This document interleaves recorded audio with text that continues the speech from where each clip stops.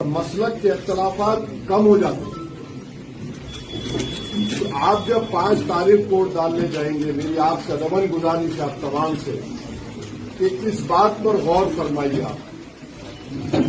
میرا پوری ایمانداری سے میرا ماننا یہ ہے کہ ہمارے وطن عزیز میں مسلمانوں سے انصاف، ناانصافی بولیے، ہمارے حقوق کا تحفظ، ہماری شریعت کی حفاظت اسی وقت ہوگی جب ہم اپنی لیڈرشپ کو پیدا کریں گے۔ آپ 50 سال سے بھی کام نہیں کر پائے،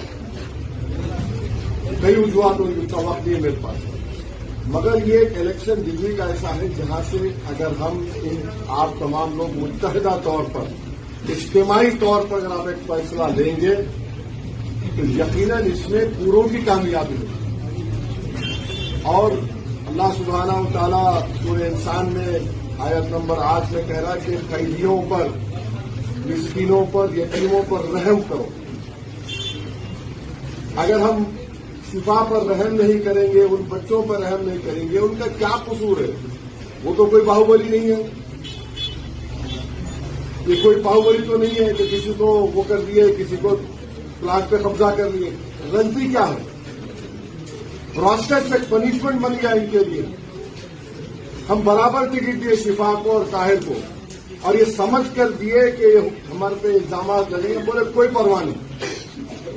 ہم ایک پیغام دینا چاہتے تھے کہ اگر آپ ایسا ہی سب کو جیل میں ڈالتے رہیں گے تو پھر گمنام ہو جائیں گے، ہم گمنام نہیں ہونے دیں گے ان لوگوں کو۔ اور جو شخص اس کالے قانون کے خلاف احتجاج کیا، کوئی گناہ نہیں کیا۔ میں آج بھی کہہ رہا ہوں وہ CAA کا قانون اگر NPR NRC کے ساتھ شروع ہوگا تو آسام میں جس طریقے سے ڈاؤٹ فل ووٹرز کے نام پر کئی لوگ آج فارنرز ٹریبیونل میں کیس لڑیں گے، ایسے بہت سے لوگ ہوں گے۔ کم سے کم آپ لوگوں نے بھارت میں ایک سیاسی تاریخ بنائی، شاہین باغ بنا دی۔ آپ لوگوں سے حوصلہ ملا، کوئی سیاسی پارٹی آپ کو نہیں، آپ لوگوں کو خود اپنے ملی جذبہ بولیے، طلب بولیے۔ بس میری آپ سے گزارش ہے کہ وہی طلب اور جذبے کو 5 تاریخ کو دکھائیے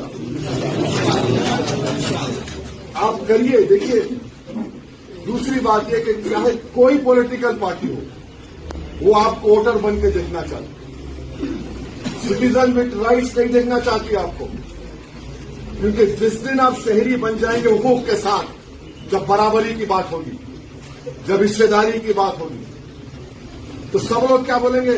آپ خاموش بیٹھیے۔ ان کا پیغام کیا ہے؟ آپ خاموش بیٹھیے، ہم دیکھ لیں گے۔ کوئی کچھ نہیں دیکھے گا، کوئی نہیں دیکھے گا، ہم دیکھ چکے ہیں۔ میں آپ کو بتا رہا ہوں کہ ابھی پارلیمنٹ میں سمویدھان کے اوپر بحث ہوئی۔ 1962 دسمبر میں کشمیر میں رسول اللہ صلی اللہ علیہ وسلم کے بال مبارک، موئے مبارک کی چوری ہوئی۔ 63 جنوری میں